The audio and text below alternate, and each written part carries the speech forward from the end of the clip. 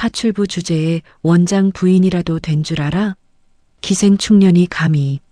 남편의 병원 개업식 날 시어머니가 하객들이 보는 앞에서 제 축하 화환을 짓밟고 비상구 계단으로 끌고 가더니 이렇게 말하더라고요. 7년이에요, 여러분. 새벽 4시에 식당 불판을 닫고 남의 집 화장실을 문질러 가며 남편 등록금이랑 병원 보증금을 댔더니 돌아온 건 이혼 서류 한 장이었죠. 이게 사람이 할 짓입니까? 남편은 젊은 간호사 팔짱을 끼고 서 있고 시어머니는 보안요원을 불러서 저를 건물 밖으로 내쫓았어요. 비를 맞으며 맨몸으로 걸어 나왔는데 그때 검은색 고급 세단 여러 대가 제 앞을 막아섰더라고요. 차에서 내린 사람의 정체를 안 순간 저는 모든 게 뒤집힐 거란 걸 직감했죠. 그 이야기 지금 들려드릴게요. 안녕하세요, 시청자 여러분. 파출부 취급하며 며느리를 내쫓은 시어머니가 하루 만에 대성통곡하게 된 사연 지금 바로 시작합니다. 7년이에요. 7년 동안 새벽 4시에 일어나 식당 불판을 닫고 오후에는 남의 집 화장실 변기를 박박 문질렀어요. 손톱 밑에 낀 기름때가 아무리 씻어도 빠지지 않던 그 7년의 시간이 오늘 드디어 빛을 보는 날이라고 믿었죠. 강남 한복판 번쩍이는 유리 외벽의 대형 메디컬 빌딩. 그 3층에 남편 이민호의 척추 전문 병원 개업식 현수막이 바람에 펄럭이고 있었어요. 저는 한 달치 파출부 월급을 털어 주문한 축하 화환을 2팔 가득 안고 병원 로비로 들어섰죠. 로비는 이미 하객들로 가득했어요. 양복을 빳빳하게 차려입은 의사들, 제약회사 직원들, 꽃다발을 든 간호사들. 그 화려한 인파 사이로 남편의 모습이 보였어요. 그런데 민호의 팔짱을 끼고 하객들에게 고개를 숙이며 인사하는 사람은 저는 처음 보는 여자였어요. 새하얀 명품 원피스에 진주 목걸이, 완벽하게 세팅한 긴 머리카락. 간호사복이 아닌 옷차림이었지만 가슴에 달린 명찰에는 수간호사 최유라라고 적혀 있었죠. 유라가 민호의 어깨에 머리를 기대며 환하게 웃었어요. 마치 이 자리의 주인이 자기인 것처럼요. 제 심장이 쿵하고 바닥으로 떨어지는 것 같았어요. 어머, 이게 누구야? 뒤에서 익숙한 목소리가 들렸어요. 시어머니 박금자였죠. 금빛 자수가 놓인 한복을 차려입은 박금자가 저를 위아래로 훑어보며 입꼬리를 비틀었어요. 이 꼴로 여길 왜 와? 손님들 보기 창피하게. 어머니, 저도 민호 씨 개업식인데 당연히. 말이 끝나기도 전에 박금자가 제 손에 들린 화환을 낚아채 바닥에 내동댕이 쳤어요. 리본이 찢기고 꽃잎이 대리석 바닥 위로 흩어졌죠. 주변 하객 몇 명이 고개를 돌려 이쪽을 쳐다봤어요. 어머니, 닥쳐. 이리 와. 박금자가 제 팔뚝을 움켜쥐고 로비 구석 비상구 쪽으로 질질 끌고 갔어요. 철문이 쾅 닫히자 차가운 계단통에 박금자의 날카로운 목소리가 메아리쳤죠. 네가 뭔데 여기 와서 행세야? 파출부 주제에 원장 부인이라도 된 줄 알아? 어머니, 무슨 말씀을 그렇게 해. 아직도 모르겠어? 저 유라가 이 병원 개업 자금을 몽땅 댔어. 몽땅? 네가 불판 닦아서 번 푼돈이랑은 차원이 다른 돈이라고. 박금자가 한복 소매 안에서 서류 봉투를 꺼내 제 얼굴에 집어던졌어요. 종이가 제 이마를 스치고 바닥에 흩어졌죠. 이혼 서류야. 도장 찍고 조용히 꺼져. 다리에 힘이 풀렸어요. 바닥에 흩어진 서류를 주워들었는데 정말로 이혼 합의서였어요. 남편 이민호의 도장은 이미 찍혀 있었죠. 어머니, 이게 정말 민호 씨가 동의한 건가요? 네가 직접 물어봐. 계단통 철문이 열리며 이민호가 들어왔어요. 새 양복에 병원 로고가 새겨진 넥타이를 맨 민호는 저와 눈을 마주치고도 한치의 미안함도 없는 얼굴이었죠. 민호 씨, 이게 무슨 짓이야? 저 여자가 누군데 내 팔짱을 끼고 있어. 유라 얘기하는 거면 맞아. 나랑 유라 사귀고 있어. 민호가 넥타이를 고쳐 매며 담담하게 내뱉었어요. 7년을 함께한 남편의 입에서 나온 말이라고는 믿기지 않았죠. 사귀다니 우리 결혼한 지 7년이야. 내가 내 등록금 대느라 이 병원 보증금 보태느라 뼈 빠지게 일한 거 다 잊어버린 거야? 그래, 고마웠어. 근데 이제 끝이야. 지원아, 솔직히 말할게. 너랑은 더 이상 안 맞아. 민호가 주머니에서 무전기를 꺼내 버튼을 눌렀어요. 보안팀 비상계단 쪽으로 와주세요. 제가 민호의 소매를 붙잡았어요. 보안요원을 불러. 나한테? 내가 도둑이야 뭐야. 소란 피우지 마. 손님들 다 보고 있어. 검은 제복을 입은 보안요원 2명이 계단통으로 들어왔어요. 박금자가 보안요원들에게 턱짓을 했죠. 이 사람 내보내. 하객도 아니고 직원도 아닌 사람이 들어왔으니까. 보안요원이 제 양쪽 팔을 잡았어요. 그 순간 제 안에서 무언가가 뚝 끊어지는 소리가 들렸죠. 7년이에요. 새벽마다 불판 기름에 손이 갈라지고 남의 집 변기를 닦으며 무릎이 까져도 이 사람이 의사가 되면 다 나아질 거라 믿었어요. 그런데 돌아온 건 파출부라는 손가락질과 비상구 계단이었죠. 저는 보안요원의 손을 뿌리쳤어요. 바닥에 흩어진 이혼 합의서를 주워들고 주머니에서 도장을 꺼냈죠. 지원아, 뭐 하는 거야? 민호의 목소리가 살짝 흔들렸어요. 저는 대답 대신 이혼 합의서 위에 도장을 힘껏 내리찍었어요. 꾹 소리가 계단통에 울렸죠. 도장이 찍힌 서류를 민호의 얼굴을 향해 던졌어요. 종이가 민호의 이마에 부딪히고 바닥으로 떨어졌죠. 내일 아침 가정법원 앞에서 봐. 한 푼도 안 달라고 할 테니까 걱정 마. 박금자가 코웃음을 쳤어요. 빈손으로 왔으니 빈손으로 가는 게 맞지. 저는 박금자를 쳐다보지도 않았어요. 돌아서서 비상구 문을 밀고 나갔죠. 밖에는 억수같이 비가 쏟아지고 있었어요. 우산도 없이 빗줄기를 그대로 맞으며 병원 앞 인도를 걸었죠. 화환 리본에 묻었던 꽃가루가 빗물에 씻겨 내려가며 발밑으로 흘러갔어요. 어디로 가야 할지 몰랐어요. 돌아갈 집도 기댈 사람도 남은 돈도 없었으니까요.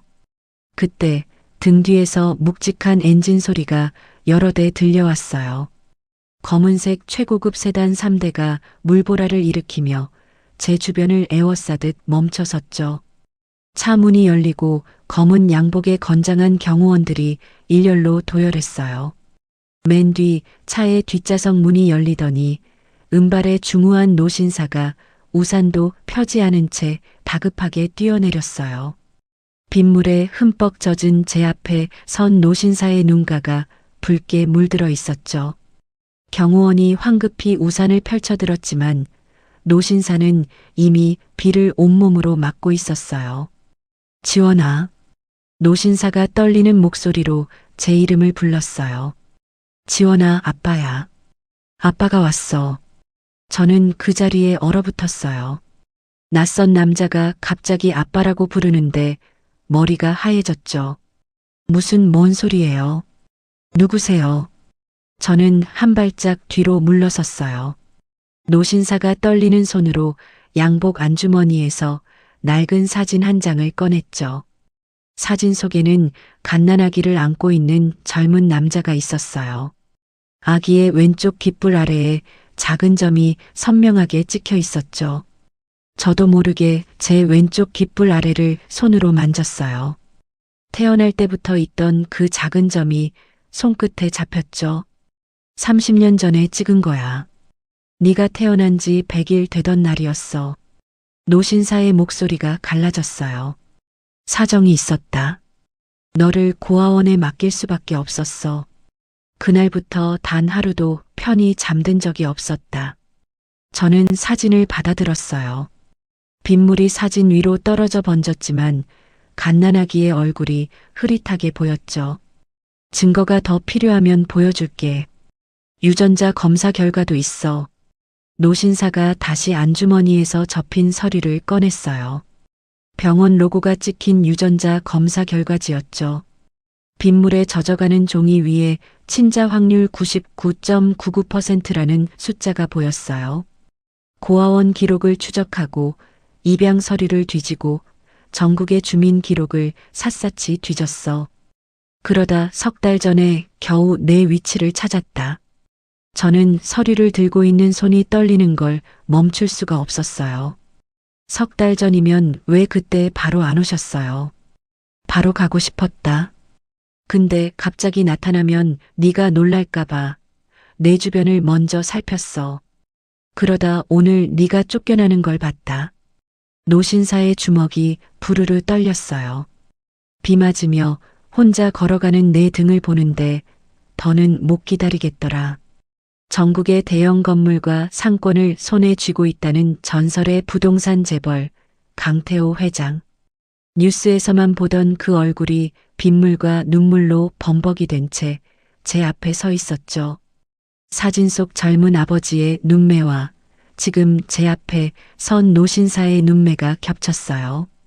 그리고 그 눈매가 매일 거울에서 보던 제 눈매와 똑같았죠. 아빠. 저는 그 한마디를 겨우 뱉어내고 그 자리에서 무너졌어요.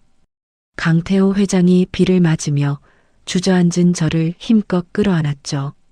빗물인지 눈물인지 모를 것들이 뒤섞여 얼굴을 타고 흘러내렸어요. 7년간 삼켰던 서러움이 터져나왔죠. 아버지의 품에서 한참을 울고 나서 저는 고개를 들어 방금 쫓겨난 병원 건물을 바라봤어요. 3층 유리창 너머로 샴페인 잔을 부딪히는 실루엣들이 보였죠. 저는 젖은 소매로 눈물을 닦아내며 아버지의 차에 올라탔어요. 등 뒤로 병원 건물이 점점 작아졌지만 가슴 속에서 타오르는 불씨 하나가 점점 커지고 있었죠. 아버지의 차가 멈춘 곳은 서울 성북동 깊숙한 곳에 자리한 대저택이었어요. 철문이 열리자 잘 다듬어진 정원과 분수대가 빗물 속에서 은은하게 빛나고 있었죠. 경호원이 우산을 받쳐주었지만 저는 이미 머리끝부터 발끝까지 흠뻑 젖은 상태였어요.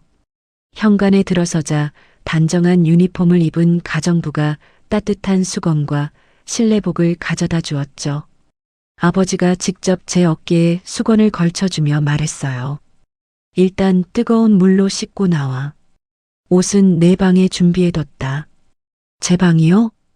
당연하지. 내 방이야. 30년 동안 비워두고 기다린 방이다. 아버지가 가정부에게 고개를 끄덕이자 가정부가 저를 2층으로 안내했어요. 넓은 복도 끝에 있는 방 문을 열었을 때 저는 입을 다물 수가 없었죠. 호텔 스위트룸보다 넓은 공간에 하얀 침대, 드레스룸, 통유리 너머로 보이는 서울 야경. 드레스룸 안에는 제 치수에 맞춘 옷들이 빼곡히 걸려 있었어요. 샤워를 하고 나오니 거울 속에 비친 얼굴이 낯설었죠. 불판 기름에 거칠어진 피부, 갈라진 손톱, 파출부 일로 굽은 어깨. 이 모든 흔적이 오늘 밤 안에 사라지지는 않겠지만 적어도 눈빛만은 달라져 있었어요. 옷을 갈아입고 1층 서재로 내려가자 아버지가 넓은 책상 앞에 앉아 기다리고 있었죠. 앉아라, 지원아. 아버지 맞은편 의자에 앉았어요. 아버지가 책상 위에 놓인 서류철 하나를 제 쪽으로 밀어주었죠. 아버지, 이게 뭔가요? 네가 오늘 쫓겨난 그 건물이다. 서류철을 펼치자 강남의 그 대형 메디컬 빌딩 사진이 첫 페이지에 실려 있었어요. 소유주란에 적힌 이름은 강태호였죠. 저는 서류를 들고 있던 손이 멈췄어요. 이 건물이 아버지 건물이라고요? 우리 집안 소유 건물 중 하나지. 전국에 이런 건물이 수십 채야. 그러면 민호가 아버지 건물에 세를 낸 거예요? 그렇지. 걔가 사채까지 긁어 모아서 겨우 보증금 맞춘 거다. 자기가 어디에 새 들어온 건지도 모르고 저도 모르게 실소가 터져 나왔어요. 나를 파출부라고 짓밟고 기생충이라고 내쫓은 그 사람들이 내 아버지의 건물에 빌붙어 있었다니요. 그놈이 내 돈까지 뽑아쓰고 그 짓을 한 거냐? 아버지의 목소리가 낮게 가라앉았어요. 찻잔을 쥔 손등에 핏줄이 불끈 솟아올랐죠. 네, 아버지. 제가 7년 동안 번 돈 거의 다 가져갔어요. 등록금, 병원 보증금, 생활비까지. 그래놓고 다른 여자를 데려와 내 자리에 앉힌 거야? 네. 아버지가 찻잔을 탁 내려놓았어요. 갈색 차가 잔 밖으로 튀었죠. 내일 아침 내 쪽 변호사를 붙여주마. 그놈들을 법으로 조여야 한다. 저는 고개를 끄덕였어요. 가슴 한구석에서 차갑고 단단한 무언가가 또렷하게 자리를 잡아가고 있었죠. 그날 밤 저는 처음으로 폭신한 침대 위에서 천장을 바라보며 생각에 잠겼어요. 불과 몇 시간 전까지 비를 맞으며 갈 곳 없이 떠돌던 여자가 지금은 재벌가의 딸로서 이 방에 누워 있다는 게 꿈만 같았죠. 하지만 거울 속에 비친 제 눈빛은 꿈꾸는 사람의 눈빛이 아니었어요. 다음 날 새벽 6시 방문을 노크하는 소리에 눈을 떴어요. 실례합니다. 강지원 씨. 한도윤 변호사입니다. 회장님께서 보내셨습니다. 문을 열자 깔끔한 검정 정장에 얇은 금태 안경을 쓴 남자가 서류 가방을 들고 서 있었죠. 나이는 저보다 서너 살 많아 보였고 차분하지만 날카로운 눈빛이 인상적이었어요. 이 시간에요? 시간이 없습니다. 들어가도 되겠습니까? 도윤 변호사가 방 안 테이블에 서류를 펼쳤어요. 이민호의 병원 계약서 사본, 건물 도면, 그리고 여러 장의 사진이 쏟아져 나왔죠. 이게 다 뭔가요?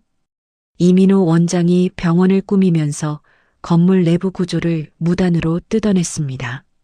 여기 이 사진 보이시죠?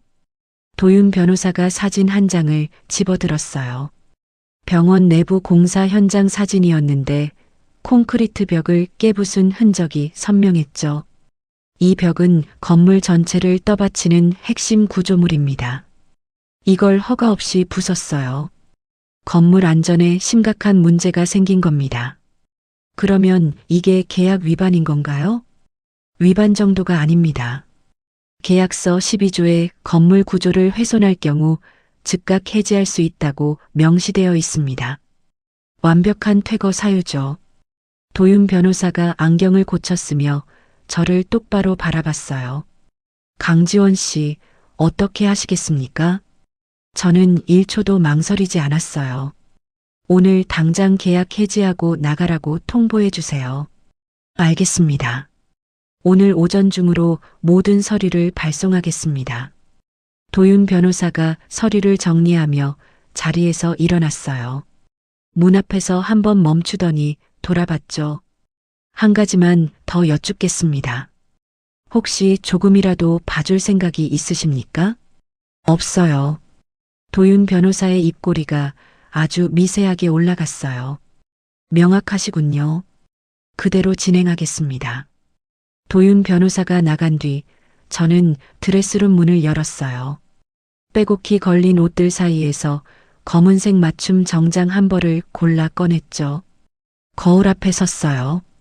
어제까지 파출부 앞치마를 두르고 남의 집 신발장을 닦던 손으로 맞춤 정장의 단추를 하나씩 잠갔죠. 거울 속의 여자가 낯설었지만 눈빛만은 선명했어요. 같은 시각 강남의 한 최고급 호텔 레스토랑에서는 이민호와 박금자, 최유라가 둥근 테이블에 둘러앉아 샴페인 잔을 높이 들고 있었죠. 엄마 건배. 드디어 해냈다. 민호가 샴페인 잔을 유라의 잔에 부딪히며 들떠서 웃었어요. 우리 아들 고생했어. 이제 돈방석이야, 돈방석. 박금자가 연어 초밥을 집어 입에 넣으며 흐뭇하게 콧노래를 불렀죠. 근데 그녀는 어디 가서 기어들었을까? 우산도 없이 비 맞고 나갔는데 유라가 네일아트를 한 손톱으로 샴페인 잔을 톡톡 두드리며 킥킥 웃었어요. 그게 걱정이야? 파출부 출신이 갈 데가 어디 있겠어. 아마 길바닥에서 노숙하고 있겠지. 에이, 유라야. 그래도 가엾긴 하다.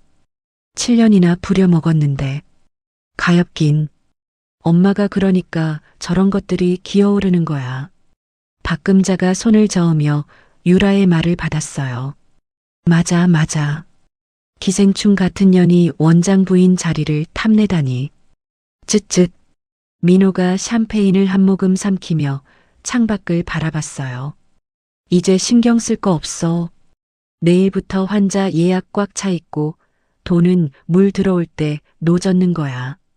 세 사람의 웃음소리가 레스토랑에 퍼져나갔죠. 저는 거울 앞에서 정장 매무새를 마지막으로 다듬었어요. 차가운 미소가 입가에 걸렸죠. 도윤 변호사에게 전화를 걸었어요. 한 변호사님, 준비 다 되셨나요? 네, 경호팀까지 대기 완료입니다. 출발하죠. 저는 전화를 끊고 방문을 열었어요. 복도에는 이미 검은 양복을 입은 경호원 수십 명이 도열해 있었죠. 아버지가 선물한 하이엔드 스포츠카의 핸들을 직접 잡았어요. 새벽 이슬이 맺힌 앞유리 너머로 강남의 아침 햇살이 쏟아져 들어왔죠. 백미러에는 검은 세단 여러 대가 줄지어 따라오는 모습이 비쳤어요. 아침 8시 정각 메디컬 빌딩 지하 주차장으로 미끄러지듯 들어섰어요. 이 건물의 주차장에 별도로 마련된 건물주 전용 구역이었죠. 어제까지는 존재조차 몰랐던 자리에 제 차를 세우니 묘한 감각이 손끝까지 퍼져나왔어요. 도윤 변호사가 조수석에서 내리며 서류 가방을 챙겼고 경호원들이 양옆으로 도열하며 엘리베이터까지의 길을 열어줬죠. 3층 병원 로비에 도착했을 때 이른 아침부터 분주한 풍경이 눈에 들어왔어요. 박금자가 접수 데스크 앞에 서서 일찍 출근한 환자들에게 허리를 90도로 굽히며 인사를 하고 있었죠. 어머, 어서 오세요.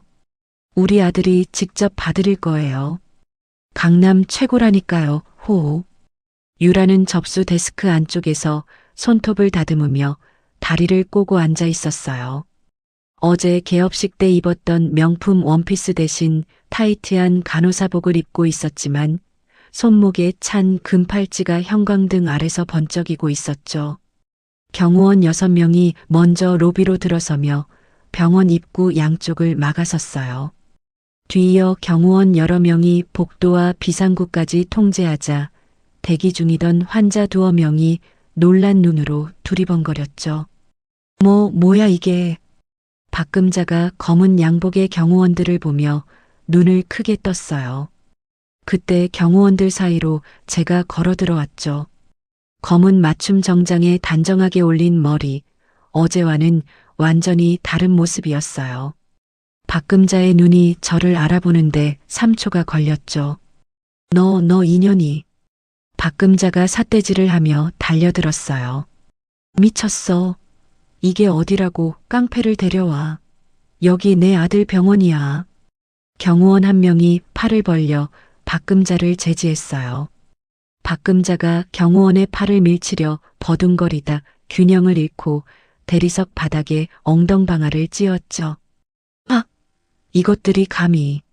소란을 듣고 원장실 문이 벌컥 열렸어요.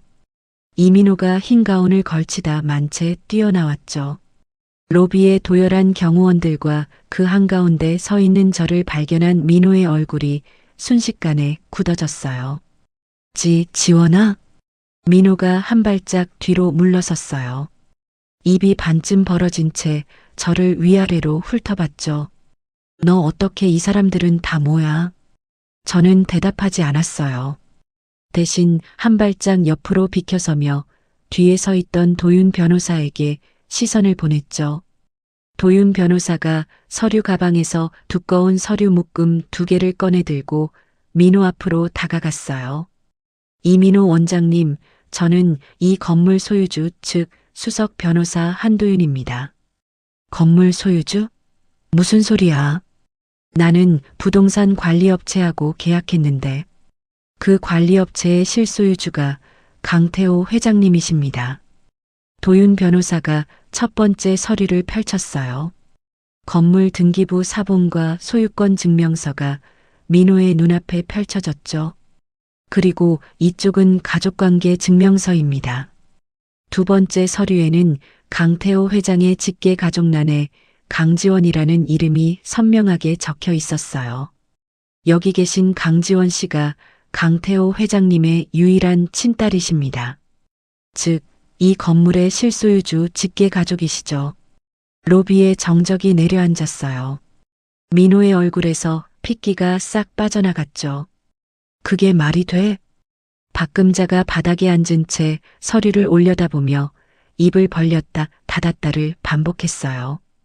유라는 접수 데스크 뒤에서 일어서며 얼굴이 하얗게 질렸죠.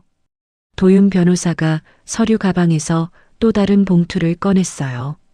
그리고 이것은 임대차 계약 해지 통보서입니다. 뭐? 민호가 비명에 가까운 소리를 질렀어요.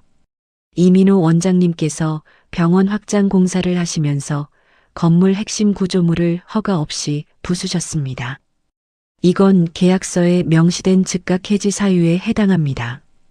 도윤 변호사가 내용이 담긴 서류를 민호의 가슴에 밀어 넣었어요. 민호가 두 손으로 서류를 받아들었지만 손가락이 심하게 떨리고 있었죠. 오늘 자정까지 모든 짐을 빼고 건물에서 나가주십시오. 자정까지? 오늘? 미쳤어. 나 어제 개업했단 말이야. 민호가 서류를 구기며 소리쳤어요. 도윤 변호사는 눈 하나 깜짝하지 않고 마지막 서류를 꺼내 바닥에 떨어뜨렸죠. 추가로 건물 훼손에 대한 손해배상 청구 소송장입니다. 청구 금액은 수십억 원입니다. 민호의 무릎이 꺾였어요. 흰 가운 자락이 바닥에 퍼지며 이민호는 그 자리에 주저앉았죠. 어제 저를 비상구 계단으로 쫓아내며 보안 요원을 부르던 그 당당한 모습은 어디에도 없었어요. 이게 뭐야? 이게 뭔 짓이야? 민호가 바닥에 앉아 허공을 더듬으며 중얼거렸어요. 그때 박금자가 바닥에서 기어오더니 제 바지 밑단을 두 손으로 움켜잡았죠. 지원아, 지원아, 살려줘. 어머니가 잘못했어. 제발, 제발 한 번만 봐줘. 어제 저를 기생충이라고 불렀던 입에서 살려달라는 비명이 쏟아져 나왔어요. 박금자의 눈에서 콧물과 눈물이 뒤범벅이 되어 흘러내렸죠.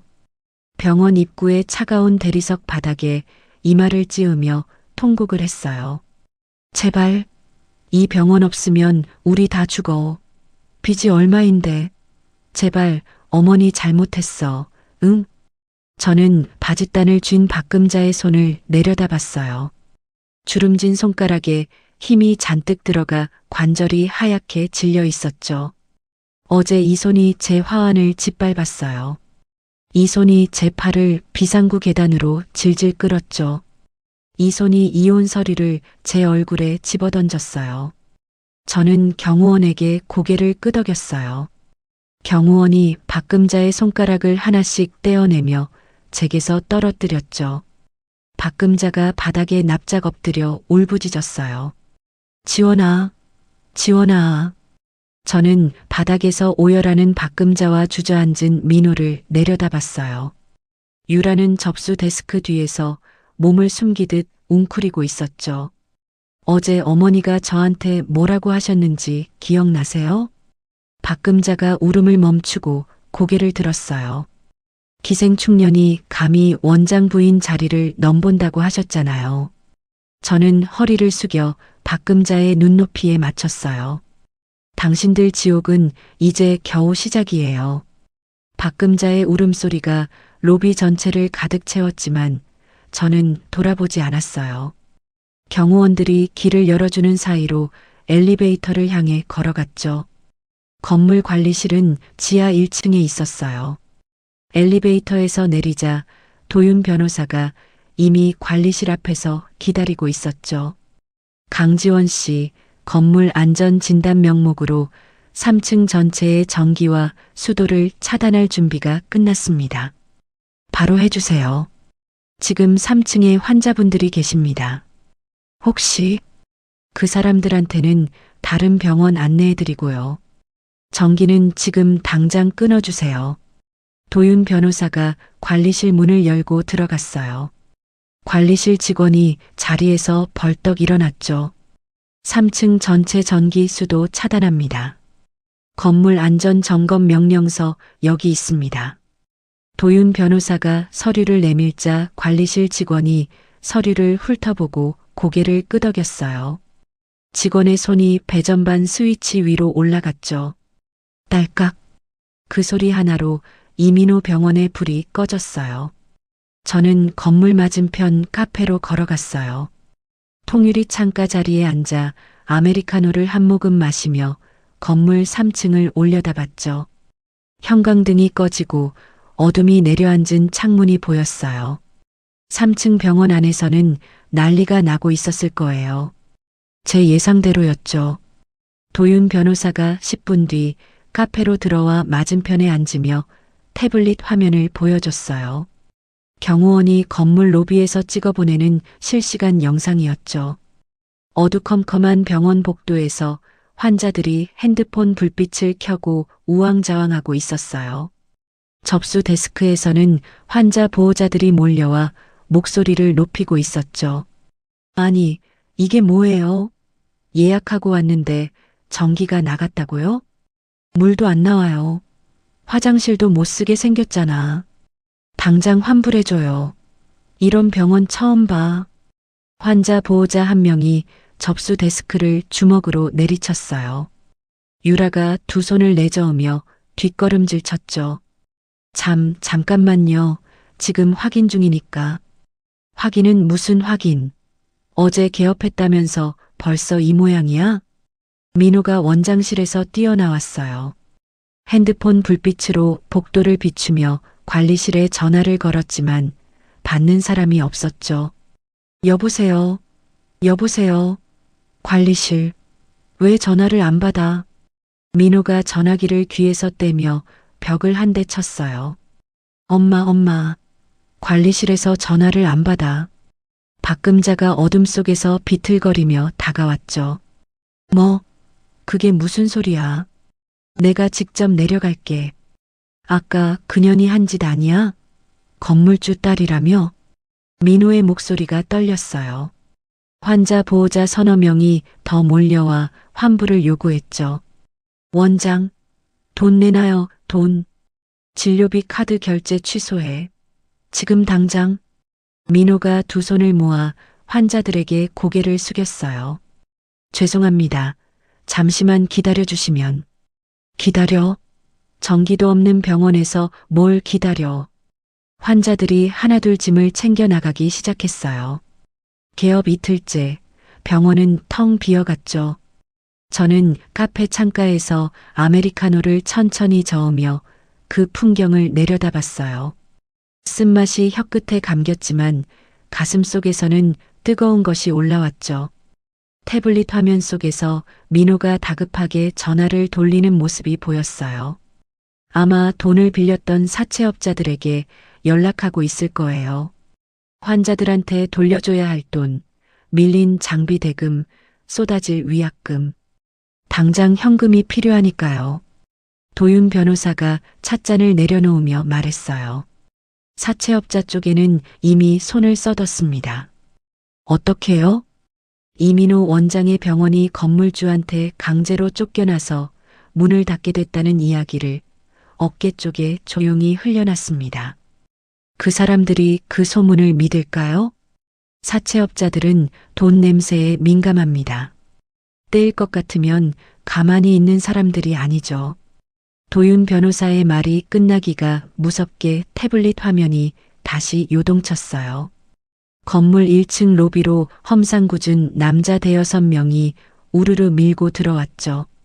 가죽 점퍼에 선글라스를 낀 남자가 선두에 서서 소리를 질렀어요. 이민호, 이민호 어딨어? 당장 나와. 경비원이 막으려 했지만 사채업자들은 아랑곳하지 않고 엘리베이터를 타고 3층으로 올라갔어요. 어두컴컴한 병원 로비에 사채업자들이 들이닥쳤죠. 선두에 선 남자가 접수 데스크를 발로 걷어찼어요. 이민호, 병원 망했다며. 내 돈 5억 어디 갔어? 민호가 원장실에서 얼굴이 하얗게 질린 채 나왔어요. 아, 아닙니다. 병원 안 망했어요. 잠깐 전기가 나간 것뿐이에요. 전기가 나간 것뿐이라고? 건물주한테 쫓겨난다던데. 사채업자 한 명이 빨간 레커를 꺼내 접수 데스크 유리 위에 굵은 글씨를 갈겨 썼어요. 채무불이행. 또 다른 남자가 진료실 문을 발로 차고 들어가 의료 장비를 바닥에 내동댕이 쳤죠. 금속이 바닥에 부딪히는 소리가 어둠 속에서 울려 퍼졌어요. 때려 부숴. 돈 안 갚으면 장비라도 가져가야지. 박금자가 사채업자 앞에 무릎을 꿇었어요. 사장님, 제발. 조금만 기다려주세요. 돈 구해볼게요, 제발. 기다려. 할머니, 나도 위에서 받는 돈이 있어. 기다리면 내가 죽어. 사채업자가 박금자를 밀쳐냈어요. 박금자가 깨진 유리 파편 위로 넘어지며 손바닥을 베었죠. 이 아수라장 속에서 유라의 움직임은 달랐어요. 태블릿 화면 속에서 유라가 원무과 쪽으로 슬금슬금 이동하는 모습이 잡혔죠. 유라는 주변을 두리번거리더니 금고 문을 열었어요. 안에 있던 현금 다발을 명품 가방에 쓸어 담았죠. 이어서 약품 보관함을 열고 작은 약병 여러 개를 가방 안쪽 주머니에 밀어 넣었어요. 도윤 변호사가 화면을 보며 고개를 저었어요. 저것 봐. 향정신성 의약품까지 챙기는 건 범죄입니다. 기록 남겨두겠습니다. 저는 고개를 끄덕이며 창밖을 바라봤어요. 3층 창문 너머로 사채업자들이 난동을 부리는 그림자가 어른거렸죠. 어제 그 자리에서 샴페인을 터뜨리며 장밋빛 미래를 자축하던 사람들이에요. 파출부 출신인 제가 길바닥에서 노숙하고 있을 거라고 비웃던 사람들이죠. 아메리카노 잔이 비었어요. 저는 잔을 내려놓고 자리에서 일어났죠. 한 변호사님, 나머지는 알아서 정리해 주세요. 저는 들어갈게요. 네, 걱정 마십시오. 카페를 나서며 마지막으로 한번 건물을 올려다봤어요. 어둠이 내려앉은 3층 창문에서 누군가의 비명이 희미하게 들려왔죠. 그날 밤 늦게 도윤 변호사에게서 보고 전화가 왔어요. 강지원 씨, 이민호와 박금자가 병원에서 빠져나갔습니다. 경호팀이 미행했는데 변두리 모텔로 들어갔습니다. 최유라는요? 같이 있습니다. 사채업자들 피해서 셋이 택시 트렁크에 짐을 우겨넣고 야반도주하듯 빠져나갔더군요. 저는 침대에 누워 천장을 바라보며 전화를 듣고 있었어요. 그런데 한 가지 특이한 점이 있습니다. 뭔데요? 모텔에 들어가고 나서 이민호가 꽤 오래 핸드폰 통화를 했는데 상대방 번호를 추적해보니 폭로 전문 유튜버였습니다. 저는 눈을 가늘게 떴어요. 벼랑 끝에 몰렸는데 반성할 생각은 안 하고 딴 궁리를 하고 있군요. 어떻게 할까요? 일단 지켜봐 주세요. 그 사람들이 무슨 짓을 하려는지 좀 더 확인하고 싶어요. 전화를 끊고 핸드폰을 내려놓았어요. 어둠 속에서 천장의 윤곽이 희미하게 보였죠. 민호가 아직도 발악을 하고 있다는 사실이 우습기도 하고 한편으로는 씁쓸하기도 했어요. 눈을 감았죠. 내일은 또 어떤 수를 써올지 두고 볼 일이었어요. 다음 날 아침 저는 도윤 변호사에게 전화를 걸었어요. 한 변호사님, 이민호 명의 은행 계좌 전부하고 최유라 이름으로 숨겨둔 재산까지 싹 다 묶어주세요. 가압류 말씀이시죠? 이미 준비해뒀습니다. 오늘 오전 중으로 법원에 접수합니다. 빨리 부탁드려요. 전화를 끊고 거실로 내려가자 아버지가 아침 식사 자리에서 신문을 읽고 계셨어요. 제가 맞은편에 앉아 신문을 내려놓으며 저를 바라보셨죠. 밥은 먹어야지. 얼굴이 말이 아니다. 괜찮아요, 아버지. 괜찮긴. 눈 밑에 다크서클이 내려와서 턱까지 닿겠다. 아버지가 가정부에게 손짓하자 따뜻한 죽 한 그릇이 제 앞에 놓였어요. 숟가락을 들었지만 입맛이 없었죠. 지원아. 네. 너무 무리하지 마라. 네가 직접 손 안 더러워도 변호사가 다 해줄 수 있어. 아버지, 이건 제가 직접 해야 해요. 7년이에요. 7년 동안 당한 게 있으니까요. 아버지가 잠시 저를 바라보다 고개를 끄덕이셨어요. 알았다. 대신 몸은 챙겨라. 죽을 억지로 몇 숟가락 떠먹고 방으로 올라왔어요. 태블릿을 열자 도윤 변호사가 보내온 보고서가 도착해 있었죠. 이민호와 박금자의 근황이었어요. 변두리 모텔 앞에서 찍은 사진 여러 장이 첨부되어 있었죠. 첫 번째 사진. 박금자가 모텔 앞 편의점에서 유통기한이 지난 도시락을 골라 담고 있었어요. 어제까지 금빛 자수 한복을 입고 호텔 레스토랑에서 연어 초밥을 먹던 사람이었죠. 두 번째 사진. 민호가 모텔 복도에서 전화기를 붙들고 누군가에게 사정하는 모습이었어요. 얼굴이 부어 있었고 양복은 구겨질 대로 구겨져 있었죠. 세 번째 사진은 저도 미처 예상하지 못한 장면이었어요.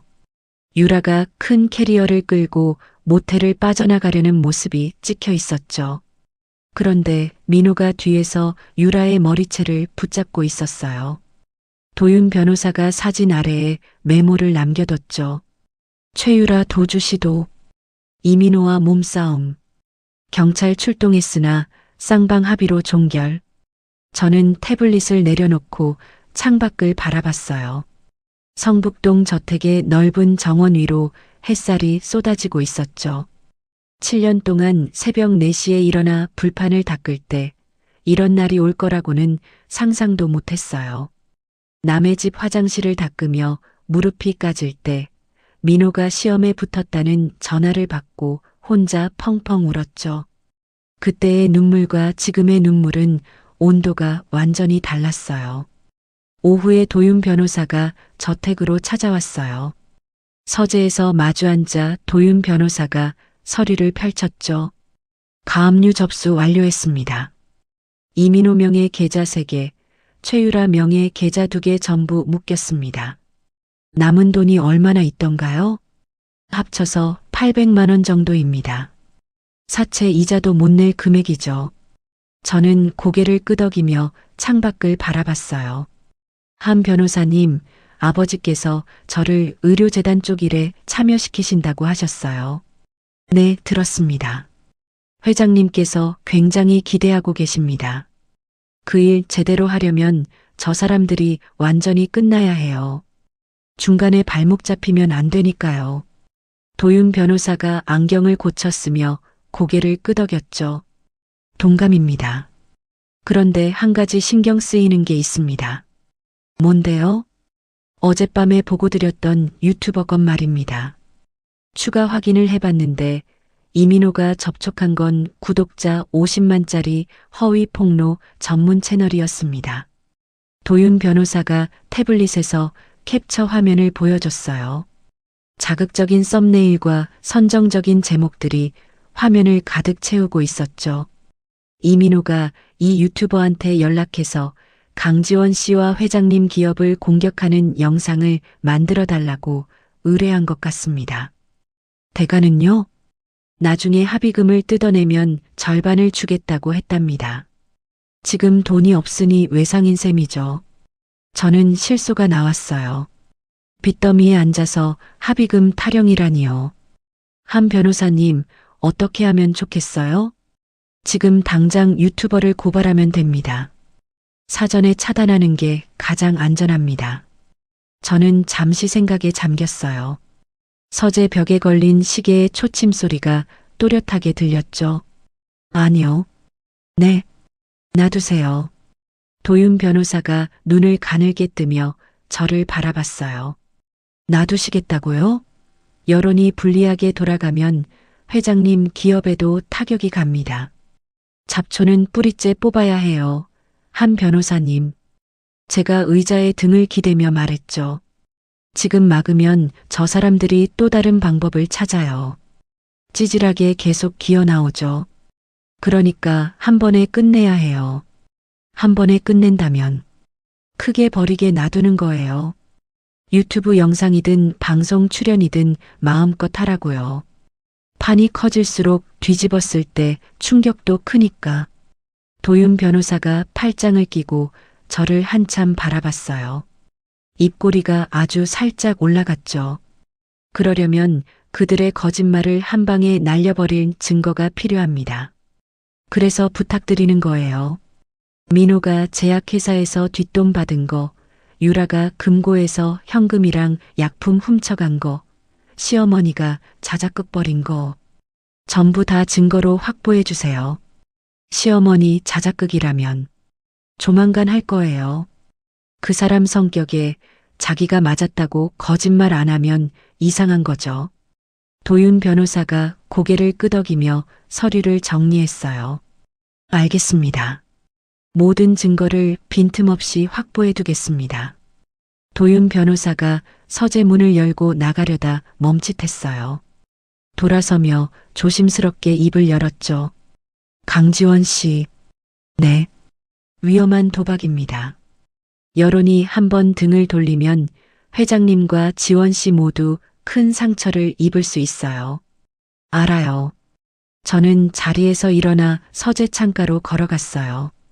정원 너머로 서울 시내가 한눈에 내려다 보였죠. 그래도 해야 해요. 7년 동안 맡기만 했으니까 이번엔 제대로 한 방에 끝내야죠. 도윤 변호사가 가볍게 목례를 하고 서재를 나갔어요.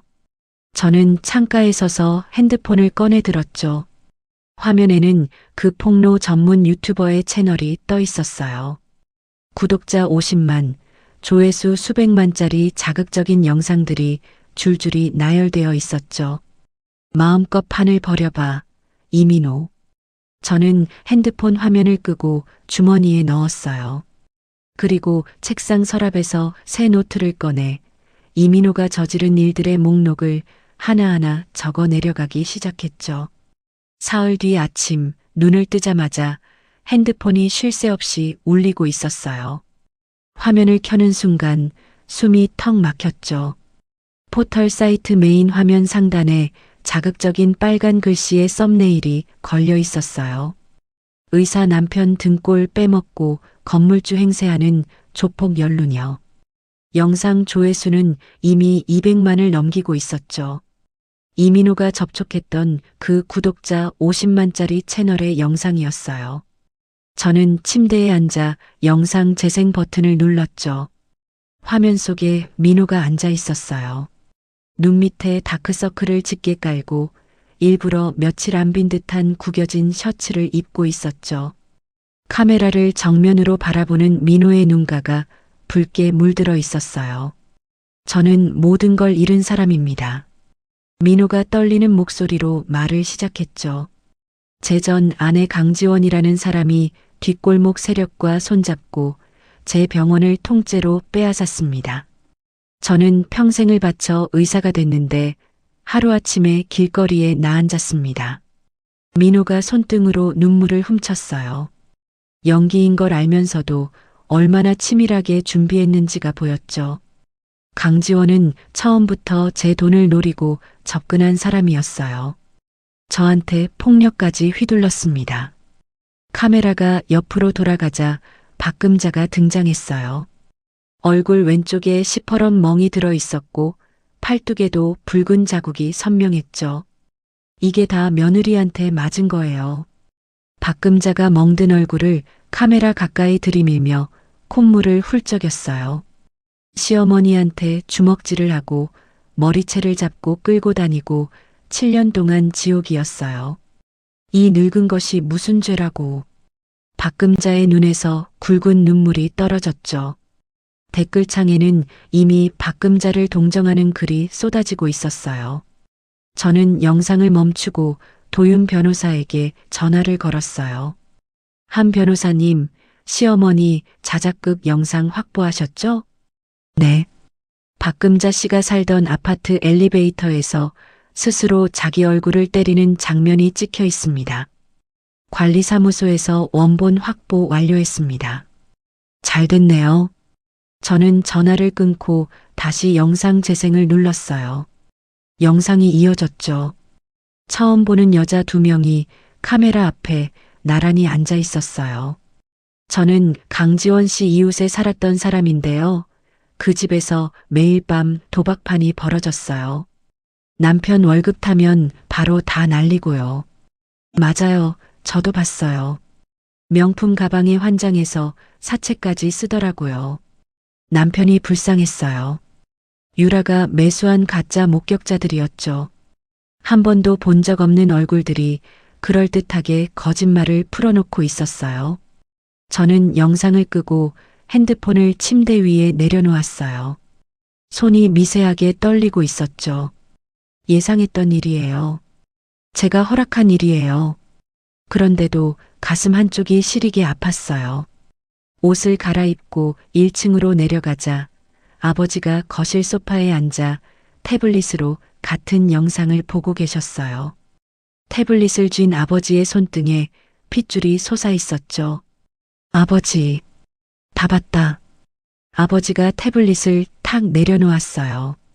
이게 사람이 할 짓이냐?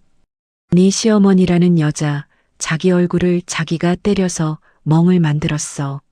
네, 도윤 변호사님이 영상 확보해뒀대요.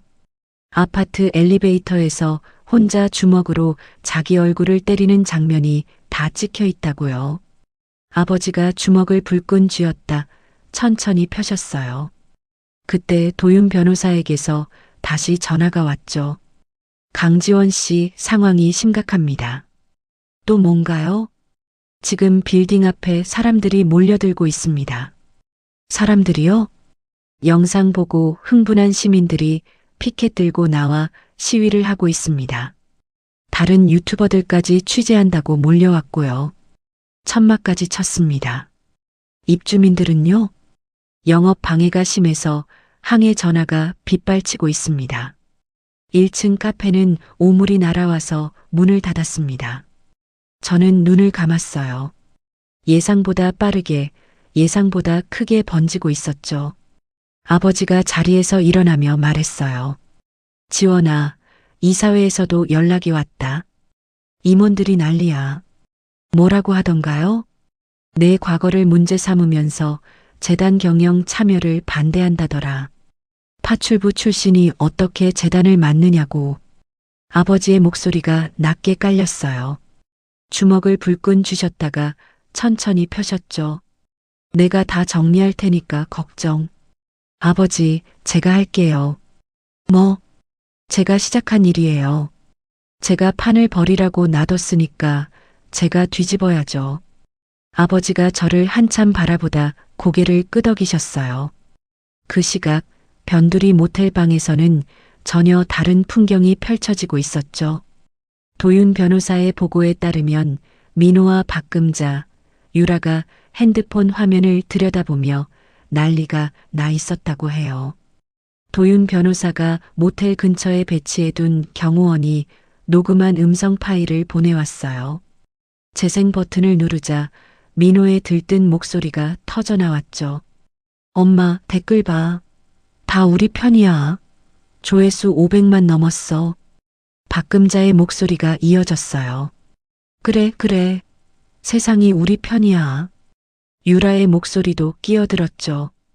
여보, 나 기사 검색해봤는데 강태호 회장 회사 주가도 떨어지고 있대. 이러면 수백억은 뜯어낼 수 있어. 민호의 목소리가 다시 들렸어요. 강지원 씨 비서실이죠? 전 남편 이민호입니다. 강지원 씨한테 전해주세요. 합의할 생각 있으면 연락하라고. 금액은 300억부터 시작합시다. 녹음 파일이 끝났어요. 저는 핸드폰을 내려놓고 창밖을 바라봤죠. 300억이래요. 편의점 폐기 도시락으로 끼니를 때우면서 300억을 부르는 사람들이었어요. 도윤 변호사에게 문자를 보냈어요. 한 변호사님, 이민호가 더 큰 무대에 서고 싶어 안달이 난 것 같아요. 구독자 200만짜리 대형 채널 있잖아요. 생방송 폭로 전문으로 유명한 곳.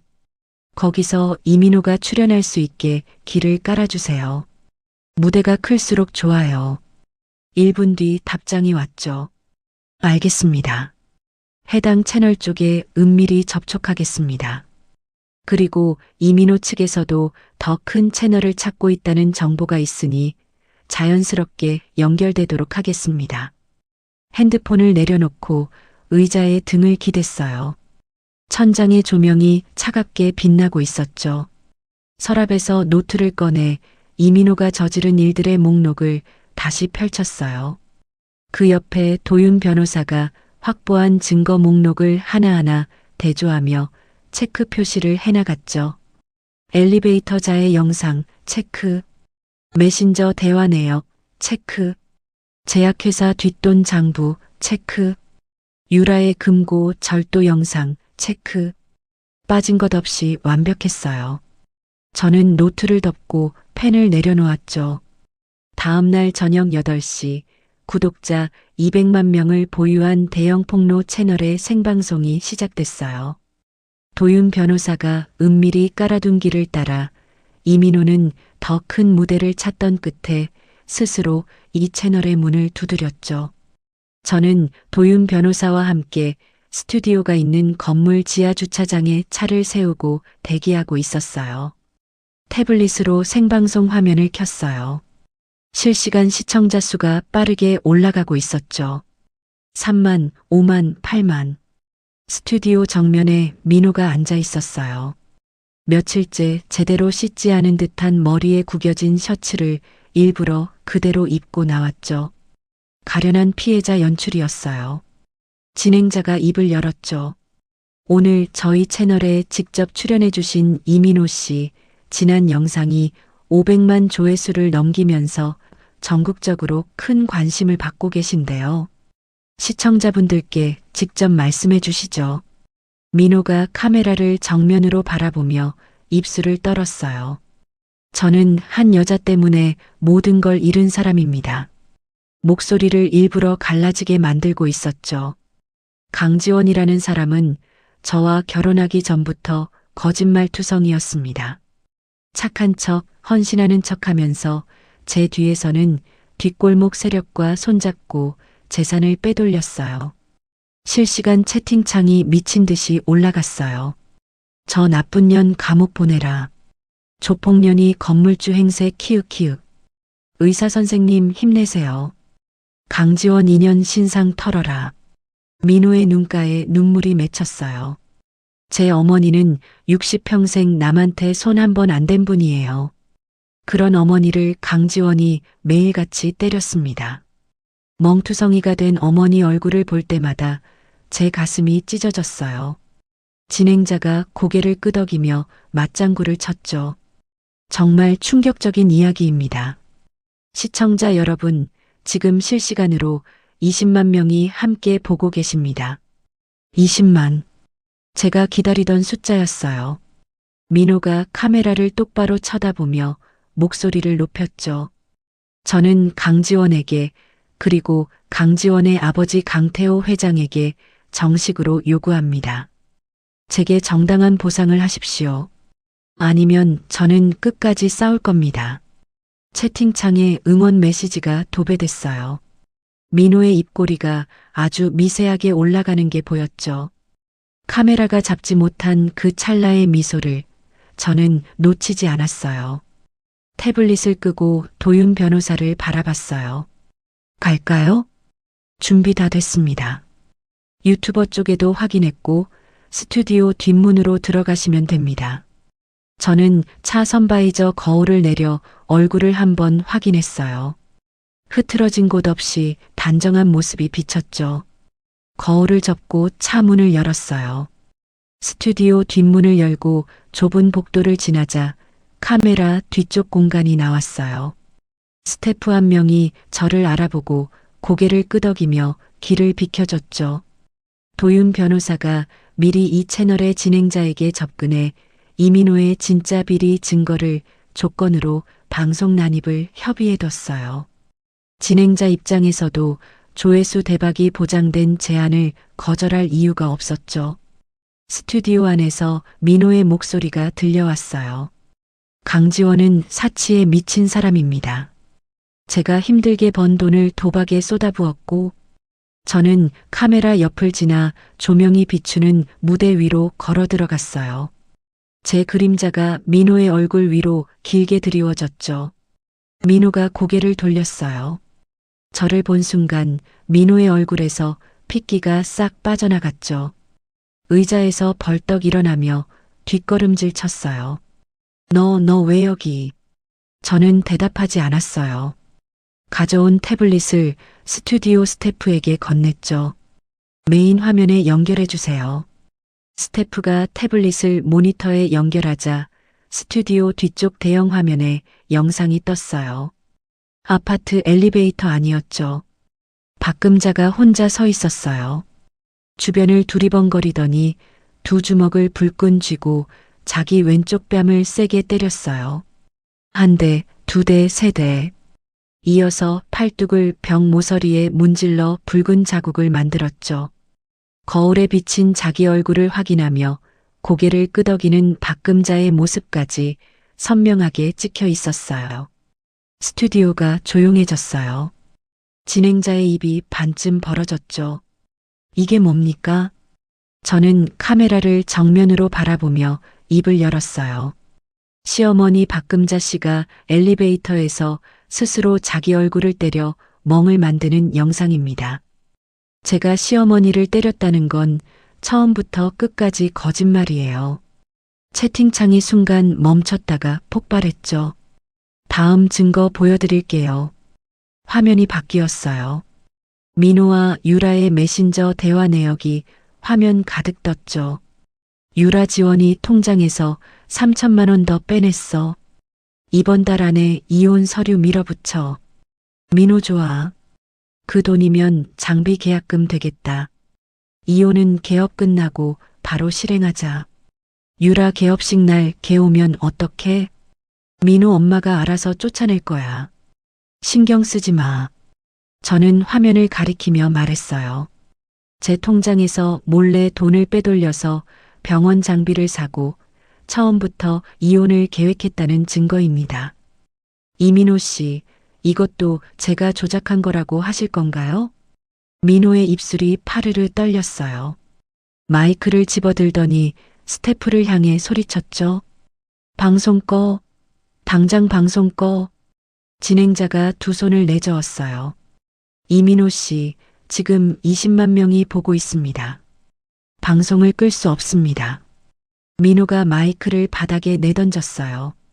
마이크가 바닥에 부딪히며 날카로운 소음이 스피커를 찢었죠. 그때 스튜디오 뒷문이 열리며 도윤 변호사가 걸어 들어왔어요. 손에 작은 메모리 칩을 들고 있었죠.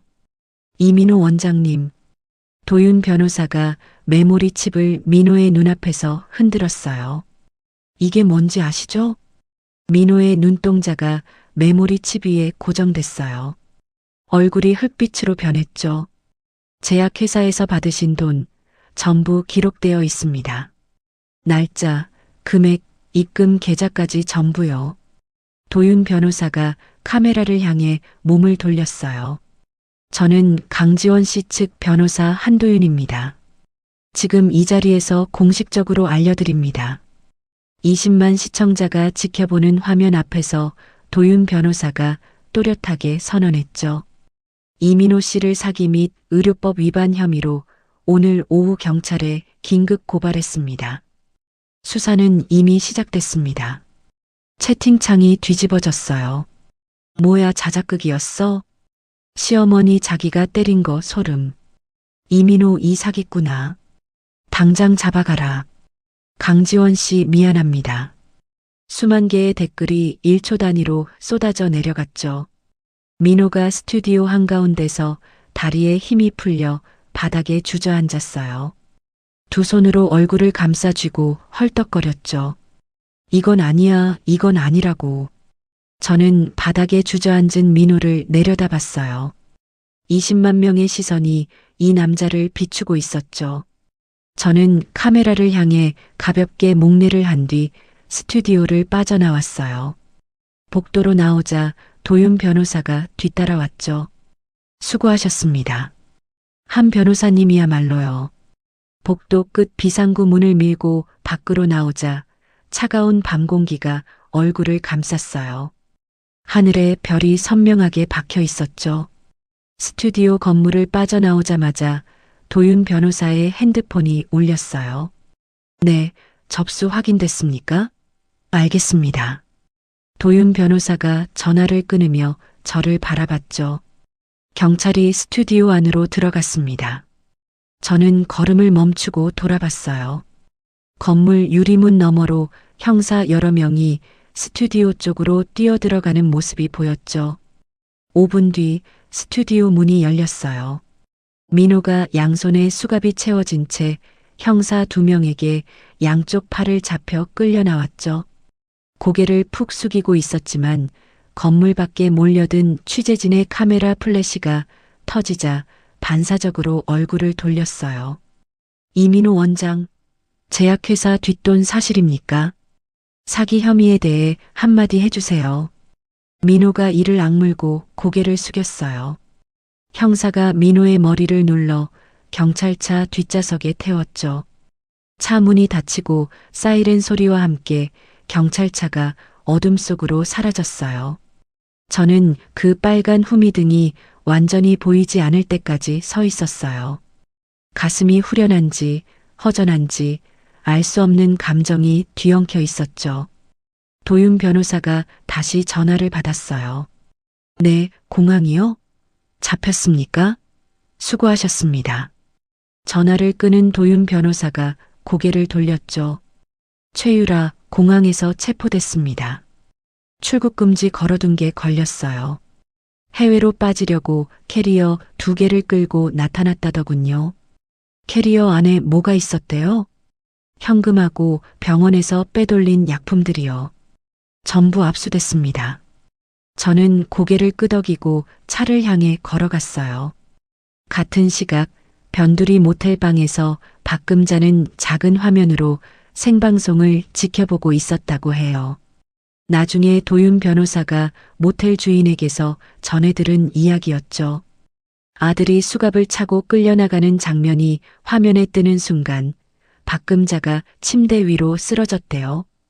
입 가장자리에 하얀 거품이 일었다고 하죠.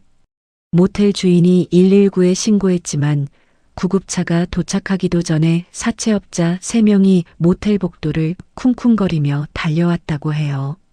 박금자, 문 열어. 아들 잡혀갔으면 네가 갚아야지. 모텔 방문이 발길질에 벌컥 열렸죠. 침대 위에 쓰러져 있는 박금자를 본 사채업자가 혀를 찼대요. 에잇, 연기하지 마. 일어나. 사채업자가 박금자의 팔을 잡아 일으켰고 간신히 눈을 뜬 박금자가 비틀거리며 사채업자의 바지를 붙잡았다고 해요. 사장님 제발 며칠만. 며칠? 네 아들 감옥 가면 누가 갚아? 당장 나가. 이 방세도 밀렸어. 사채업자들이 박금자의 짐을 복도로 내던졌죠. 비닐봉지 하나에 옷가지 몇 벌이 전부였대요. 박금자가 맨발로 모텔 계단을 내려와 새벽 거리에 섰다고 해요. 그 이야기를 듣고도 저는 아무런 감정이 들지 않았어요. 개업식 날 제 화환을 짓밟고 기생충이라 부르며 비상구 계단으로 끌고 가던 그 손이 떠올랐을 뿐이었죠. 그로부터 며칠 뒤 경찰과 보건당국이 이민호의 병원을 압수수색했어요. 뒤엎어진 진료실 서랍에서 제약회사와 주고받은 뒷돈 장부가 쏟아졌고 환자 기록을 조작한 정황까지 드러났죠. 도윤 변호사가 저택서재에서 결과를 보고해줬어요. 의사 면허 영구 취소, 징역 5년 선고. 항소 가능성은 있지만 뒤집힐 확률은 거의 없습니다. 최유라는요? 약품 절도와 횡령으로 징역 2년 선고받았습니다. 저는 서류를 내려놓고 의자에 등을 기댔어요. 서재창으로 오후 햇살이 비스듬히 들어왔죠. 끝났어요. 정말로 끝났죠. 언론의 태도는 하루아침에 뒤집혔어요. 며칠 전까지 저를 조폭 연루녀라고 부르던 기사 제목들이 사라지고 무고한 피해 여성의 통쾌한 반격이라는 헤드라인이 포털 메인을 채웠죠. 아버지 회사 주가는 연일 올랐어요. 아버지가 저녁 식사 자리에서 말씀하셨어요. 지원아, 내일 이사회에서 내 재단 이사장 임명권을 올린다. 이사회에서 반대하지 않을까요? 반대할 놈이 있으면 해보라고 해. 내 딸이 어떤 사람인지 온 나라가 다 봤는데. 아버지가 찻잔을 들어 올리며 눈을 찡긋하셨죠. 저도 모르게 웃음이 터져 나왔어요. 재단 이사장 취임식은 보름 뒤에 열렸어요. 아버지가 세운 대형 공익의료재단이었죠. 취임 연설에서 저는 이렇게 말했어요. 저는 7년 동안 새벽마다 식당 불판을 닫고 남의 집 화장실을 청소하며 살았습니다. 병원 문턱이 높아서 아파도 참고 돈이 없어서 약 한 알 못 사던 시절을 압니다. 이 재단은 그런 사람들을 위해 존재할 겁니다. 박수 소리가 강당을 가득 채웠어요. 아버지가 맨 앞줄에서 두 눈을 붉히며 손뼉을 치고 계셨죠. 취임식이 끝난 저녁, 재단 병원 옥상 정원에 올라갔어요. 서울 야경이 발 아래로 반짝이고 있었죠. 바람이 불어와 머리카락을 흩날렸어요. 7년 전에 저를 떠올렸어요. 새벽 4시 식당 주방에서 기름투성이 앞치마를 두르고 서 있던 28살의 저. 민호가 의사만 되면 다 괜찮아질 거라고 조금만 더 참자고 매일 밤 제 자신에게 되뇌었죠. 그때의 저에게 말해주고 싶었어요. 참지 않아도 된다고. 당신은 누구의 기생충도 누구의 파출부도 아니라고요. 지원 씨. 뒤에서 익숙한 목소리가 들렸어요. 도윤 변호사가 옥상 정원으로 걸어오고 있었죠. 손에 종이백 하나를 들고 있었어요. 아직도 여기 계셨군요. 바람이 차요. 도윤 변호사가 입고 있던 코트를 벗어 제 어깨에 걸쳐줬어요. 코트에서 은은한 향이 났죠. 한 변호사님 고마웠어요. 진심으로. 뭐가요? 다요. 처음부터 끝까지. 한 변호사님 아니었으면 저 혼자 어떻게 했겠어요. 도윤 변호사가 난간에 기대서며 서울 야경을 바라봤어요. 한참을 뜸들이더니 입을 열었죠. 지원 씨, 사실 드릴 게 있어서 올라왔습니다. 뭔데요? 도윤 변호사가 종이백에서 작은 케이스를 꺼냈어요. 남색 벨벳 케이스였죠. 뚜껑을 열자 은은하게 빛나는 반지가 놓여 있었어요. 한 변호사님, 이거. 처음엔 의뢰인이었어요. 회장님 딸이니까 잘 도와드려야지. 그 정도였죠. 도윤 변호사가 반지를 꺼내 손바닥 위에 올렸어요. 그런데 흙탕물 싸움 속에서 한 번도 눈을 피하지 않는 사람을 보면서 저도 모르게 이 사람 곁에 계속 있고 싶다는 생각을 했어요. 도윤 변호사가 저를 똑바로 바라봤어요. 가로등 불빛에 도윤 변호사의 눈이 반짝이고 있었죠. 평생 곁에 있어도 되겠습니까? 바람이 불어 나뭇잎이 흩날렸어요. 서울 야경이 눈앞에서 물결치듯 번져 보였죠. 눈가에 뭔가 뜨거운 게 차올라서요. 저는 웃었어요. 7년 만에 가슴 한 점 얼룩 없이 환하게 웃었죠.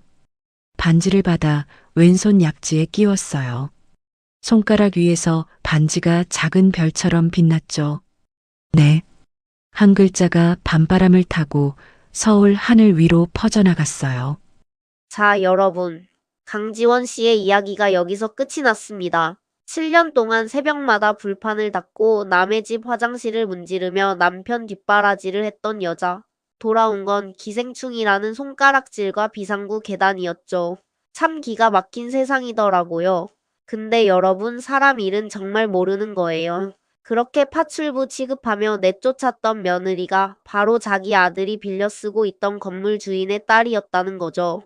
시어머니 박금자 씨가 병원 입구 차가운 바닥에 엎드려 바짓가랑이를 붙잡고 울부짖던 그 모습 참 씁쓸하면서도 한편으로는 속이 뻥 뚫렸어요. 결국 사람은 자기가 뿌린 대로 거두는 것 같아요. 남의 눈물 위에 올라서면 언젠가는 자기가 더 큰 눈물을 흘리게 되더라고요.